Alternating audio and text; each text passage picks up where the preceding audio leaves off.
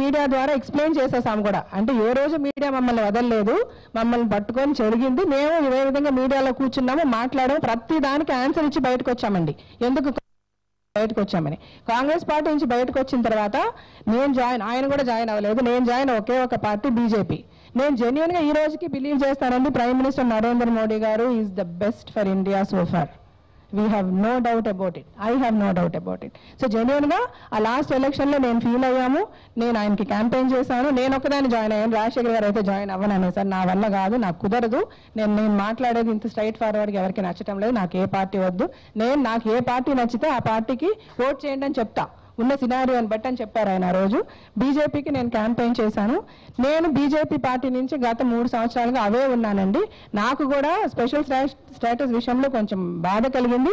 But again నేను దానివల్ల Narendra Modi garu is not a right PM అని నేను ఈరోజు చెప్పాను.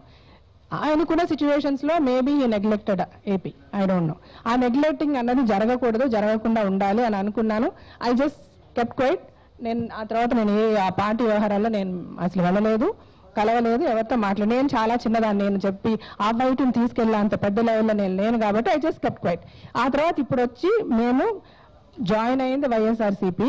కాంగ్రెస్లో మేము ఉన్నప్పుడు ఒకటే, వైఎస్ఆర్సీపీలో ఉన్నా కూడా ఒకటే నేను అనుకుంటున్నాను. ఎందుకంటే వైఎస్ రాజశేఖర రెడ్డి గారి తర్వాత వైఎస్ జగన్ గారి దగ్గరికి వచ్చి మేము జెన్యున్గా ఈ పార్టీలో వైఎస్ జగన్ గారి లీడర్షిప్లో, వైఎస్ రాజశేఖర రెడ్డి గారి ఆధ్వర్యంలో, ఆయన లీడర్షిప్లో ఎంత గొప్ప ఆంధ్ర రాష్ట్రాన్ని చూసాము, ఇప్పుడు కూడా అదే అంత గొప్ప ఆంధ్ర రాష్ట్రాన్ని చూడగలమని నమ్ముతున్నాం. కాబట్టి మేము చాలా ఫెయిర్గా, ఓపెన్గా ఏ విధంగా మాకు జరిగిన మిస్అండర్స్టాండింగ్స్ ఎట్లాగ అయ్యింది అన్నది కూడా మేము ఫస్టే అడ్రస్ చేసి వచ్చామండి. సో ఇంకా ఈ క్వశ్చన్ అనేది should never arise again in the same way. బాగుండండి, పార్టీలు మారడం అన్నది ఈ పార్టీలో ఎంపీ చెప్పిస్తా. నేను ఇంతకుముందే చెప్పాను సార్, ఆయన నవ్వుతున్నారు. ఆయన అపాయింట్ ఇచ్చిన తర్వాత అందరూ చూస్తున్నారా నన్ను అన్నట్టు అలా లుక్ ఇస్తున్నారు. ఓకే సార్, మీరు సూపర్ అయిన పాయింట్ లేపారు. కానీ మిమ్మల్ని అడుగుతున్నాను, మీరు చిన్నప్పటి నుంచి ఒకే పార్టీ ఓటు వేసి వచ్చారా?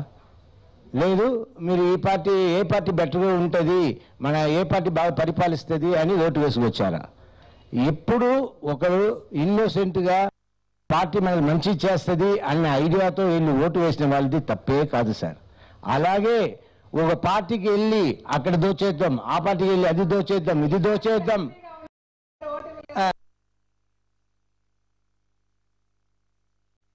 మీరు అడిగే కరెక్ట్. ఏం సార్ ఏం అలా చేసాం కదా, ఒకటి చెప్పండి. అన్ని ఇంతవరకు బిస్లరీ వాటర్ కూడా మేమే కొనుక్కు తిరుగుతున్నాం. Thank you sir, thank you sir. మీరందరూ కూడా ప్లీజ్ ఓట్ ఫర్ జగన్. యాక్చువల్గా చెప్పండి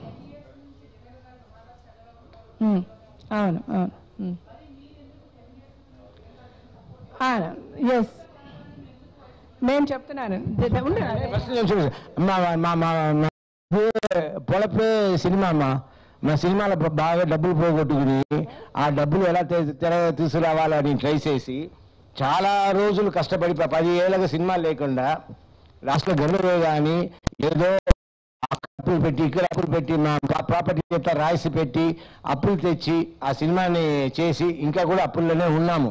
కానీ సగం పై అప్పులు తీర్చేసింది ఆ సినిమా. కానీ వచ్చింది